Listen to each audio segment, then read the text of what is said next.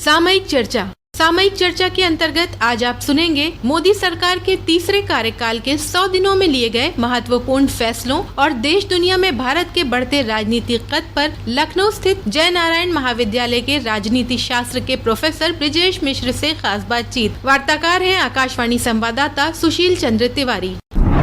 देश में मोदी सरकार के तीसरे कार्यकाल के 100 दिन पूरे हो चुके हैं। इन 100 दिनों में सरकार ने कई महत्वपूर्ण फैसले लिए। इन फैसलों से किस तरीके से भारत का देश दुनिया में राजनीतिक कद बढ़ा है और घरेलू स्तर पर इन फैसलों ने कैसे आम जनजीवन को प्रभावित किया है, इन सब विषयों पर बात करने के लिए हमारे साथ मौजूद हैं लखनऊ स्थित जय नारायण महाविद्यालय के राजनीति शास्त्र के एसोसिएट प्रोफेसर ब्रजेश मिश्र जी। ब्रजेश जी, आकाशवाणी समाचार लखनऊ के कार्यक्रम में आपका बहुत बहुत स्वागत है। ब्रजेश जी, मोदी सरकार के तीसरे कार्यकाल के 100 दिन पूरे हो गए हैं और इन 100 दिनों में एक राजनीतिक विश्लेषक और राजनीति के प्राध्यापक और राजनीति में गहरी समझ रखने वाले विशेषज्ञ के तौर पर हम ये जानना चाहेंगे कि इन 100 दिनों में ऐसे कौन से फैसले रहे जो इस सरकार की राजनीतिक इच्छा शक्ति और लोकतंत्र को मजबूत करने की इसकी नीयत को पुख्ता करते रहे।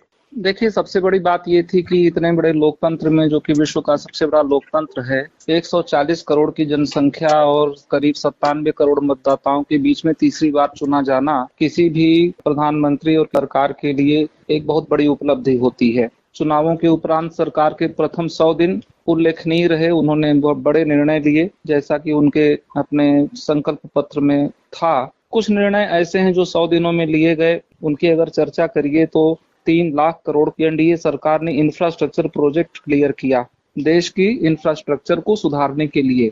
ये एक ऐतिहासिक निर्णय था। 3 लाख करोड़ का प्रोजेक्ट देश को समर्पित करने के लिए अप्रूवल देना। फिर है जो किसानों के लिए फसल, खरीफ की फसल का जो न्यूनतम मूल्य है उसको सरकार ने बढ़ाया और किसानों को मदद करने के लिए ये भी एक ऐतिहासिक कदम था। तीसरा निर्णय जो बड़ा महत्वपूर्ण है वो है किसानों को किसान सम्मान निधि के अंतर्गत 20,000 करोड़ रुपए का सहायता देने का निर्णय लिया गया और ये 17वीं इंस्टॉलमेंट थी, जिसमें कुल 9.3 करोड़ किसानों को लाभान्वित करने का कार्य सरकार ने किया। बिल्कुल, और ये पहला निर्णय था सरकार बनने के बाद। पहला निर्णय ही था। इसी तरह से देखिए तो विश्व के टॉप 10 पोर्ट्स में भारत के पोर्ट का नाम डालने के लिए वधावन मेगा पोर्ट, जो कि मुंबई में है, सरकार ने 76,200 करोड़ का इसको भी अप्रूवल दिया। और ये गौरव की बात होगी कि भारत के पास विश्व के टॉप 10 में एक पोर्ट भारत का भी होगा। ये भारत की उभरती हुई अर्थव्यवस्था का एक बड़ा प्रतीक भी बनेगा। इसी तरह से प्रधानमंत्री ग्राम सड़क योजना है, जिसमें 62,500 किलोमीटर की सड़कें बनाने का प्रस्ताव है, जो आने वाले समय में ये लक्ष्य भी सरकार प्राप्त करेगी। तो अगर आप देखेंगे तो इसके साथ साथ जो इनकी डायरेक्ट बेनिफिट ट्रांसफर योजना रही और जो किसानों और गरीबों के लिए जो अनाज योजना रही, जो पहले से चली आ रही थी, नए आवास उपलब्ध कराने की योजना रही, ये तो योजनाओं की सौगात रही। इसके अतिरिक्त देखिए तो तमाम संवैधानिक संशोधन भी प्रस्तावित किए गए हैं, जिनमें मैं चर्चा करना चाहूंगा। जैसे वक्फ एक्ट है, उसमें सकारात्मक सुधार करने की आवश्यकता बहुत लंबे समय से अनुभव किया जा रहा था। सरकार ने यह निर्णय भी लिया कि वक्फ का जो स्वरूप है उसको उचित एक स्वरूप में परिवर्तित करना ठीक होगा और वक्फ जो कि भारत की न्यायपालिका के भी ऊपर उसको शक्तियां प्राप्त हो गई थी। इस प्रकार के जो उसमें संशोधन की आवश्यकता थी, वो बहुत समय से देश उसकी प्रतीक्षा कर रहा था। तो यह सब जो निर्णय हैं सरकार के, ये बड़े निर्णय हैं और मैं समझता हूं कि ये आगाज अगर इतना अच्छा है तो आगे बहुत ही अच्छा होगा देश के लिए। सरकार ने कई महत्वपूर्ण लोकतंत्र को मजबूत करने वाले फैसले भी लिए, जिनमें से कश्मीर में चुनाव कराना भी एक महत्वपूर्ण फैसला रहा। बहुत अच्छी बात आपने कही। ये बात कहते कहते मैं रह गया था। कश्मीर में 370 को हटाने के बाद, धारा 35A को निरसन करने के बाद देश में एक चुनौती ये थी और एक ऐसा वातावरण बन रहा था कि जैसे जम्मू और कश्मीर में चुनाव कब होगा। सरकार ने आते ही अपने 100 दिनों में लोकतंत्र की दृष्टि से देखिए तो ये बहुत बड़ी उपलब्धि है। वहां पर दुनिया के अन्य देशों के भी पर्यवेक्षक आए थे, उन्होंने भी इस बात की सराहना किया कि जम्मू कश्मीर में चुनाव बिल्कुल निष्पक्ष हुए। और यह भी देखिए वोटिंग प्रतिशत कितना अच्छा है, अभूतपूर्व है ना। यह जो है इस बात को दिखाता है कि सरकार ने किस प्रकार से एक अनावश्यक धारा 370 को हटा करके वास्तव में जम्मू कश्मीर को भारत का अभिन्न अंग कहने में और फिर वास्तव में उसकी अभिन्नता को प्रमाणित करने में सरकार ने कोई कसर नहीं छोड़ी। अभिन्न अंग तो है ही है। 370 की कोई आवश्यकता थी नहीं, तो सरकार ने उसको हटा करके और फिर वहां पर निष्पक्ष चुनाव करा के एक बहुत बड़ा उदाहरण प्रस्तुत किया है। ब्रजेश जी, ये भी जानना चाहेंगे कि जो तीसरी बार लगातार सरकार बनी, 100 दिन के भीतर दुनिया ने उसकी राजनीतिक शक्ति को किस तरीके से लिया? इन 100 दिनों में भारत की प्रतिष्ठा, भारत का सम्मान आपको विश्व फलक पर किस प्रकार से बढ़ता हुआ नजर आया? अब आप देखिए, मैं याद करता हूं कि पहली बार ऐसा हुआ है जब इंग्लैंड के पूर्व प्रधानमंत्री टोनी ब्लेयर ने अपने प्रेस रिलीज में एक इंटरव्यू में कहा कि आने वाली महाशक्ति में भारत का नाम है। यही नहीं, आप देखिए अभी यूनाइटेड नेशंस में जो सभी राष्ट्राध्यक्षों का वर्ष भर में एक बार भाषण होता है, उसमें प्रधानमंत्री जी भी गए थे और वहां पर विश्व समुदाय के अन्य बड़े नेताओं ने, फ्रांस के राष्ट्रपति ने, अमेरिका के राष्ट्रपति ने, सभी के भाषण दिए। सभी ने ये कहा कि भारत को जो है स्थायी शक्ति में यूनाइटेड नेशंस में परमानेंट सीट दे देनी चाहिए यूनाइटेड नेशंस में, और भारत को सुपर पावर का स्टेटस देना चाहिए। एक ये भी महत्वपूर्ण बात है कि पहली बार ऐसा हुआ कि भारत किसी ऐसे युद्ध में मध्यस्थता कर रहा है,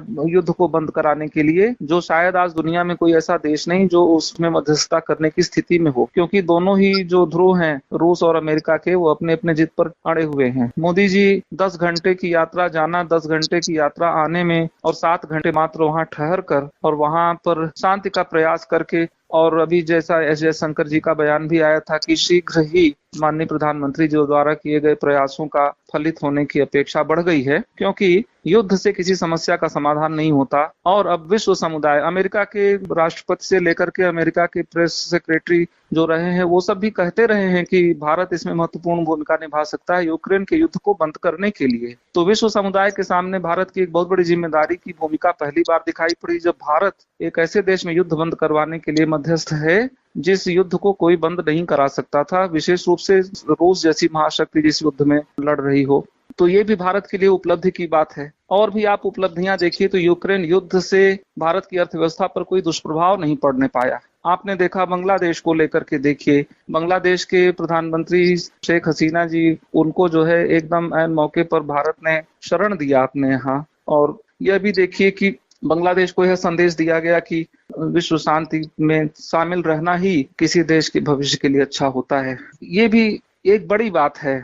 अगर सरकार की नीति ऐसी रही है कि पाकिस्तान अपने आप में परास्त है, नहीं तो पाकिस्तान आतंकवादी कार्रवाइयां करवाता था और कश्मीर में ईंट चलाने वालों को पैसे देता था, ये सब तो बंद हो गया। कश्मीर में देखिए तो 96% आतंकवादी घटनाओं में कमी हो गई, तो इसको उपलब्धि मानते हैं। और सरकार का फिर से आना, और अगर आप अंतर्राष्ट्रीय पहलुओं में अन्य पहलुओं को भी देखेंगे तो आज दुनिया में भारत G7 में भी निमंत्रित होता है, G20 में भी निमंत्रित होता है, आसियान में भी निमंत्रित होता है। भारत उभरती हुई विश्व शक्ति है। 11वें से लेकर के 5वीं विश्व की अर्थव्यवस्था भारत ऐसे ही नहीं आया होगा। सरकार के प्रयास सराहनीय है। आदरणीय प्रधानमंत्री जी कहते रहे हैं कि आने वाले 2-3 वर्षों में भारत विश्व की तीसरी सबसे बड़ी आर्थिक महाशक्ति होगा। तो यह निश्चित रूप से उनका आत्मविश्वास, उनकी योजनाएं जो जमीन पर हैं, उनका लाभ देशवासियों को मिल रहा है। और इसमें मैं देखता हूं कि इसमें कोई संशय नहीं है कि भारत बहुत जल्दी ही 2 या 3 वर्षों में विश्व की तीसरी सबसे बड़ी आर्थिक महाशक्ति बन जाएगा। तो सैन्य महाशक्ति तो भारत है ही है। स्पेस सेक्टर देख लीजिए तो स्पेस सेक्टर में चंद्रयान 4 को छोड़ने का कार्यक्रम बन रहा है, मंगल मिशन में नए आदित्य मिशन, इस तरह से भारत की स्पेस की जो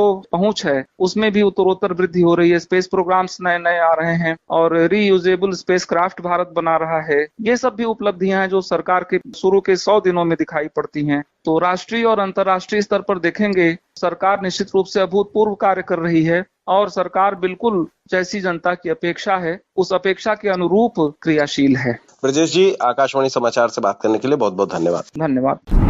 सामयिक चर्चा के अंतर्गत अभी आप सुन रहे थे मोदी सरकार के तीसरे कार्यकाल के 100 दिनों में लिए गए महत्वपूर्ण फैसलों और देश दुनिया में भारत के बढ़ते राजनीतिक कद पर लखनऊ स्थित जय नारायण महाविद्यालय के राजनीति शास्त्र के प्रोफेसर ब्रिजेश मिश्र से खास बातचीत। वार्ताकार थे आकाशवाणी संवाददाता सुशील चंद्र तिवारी।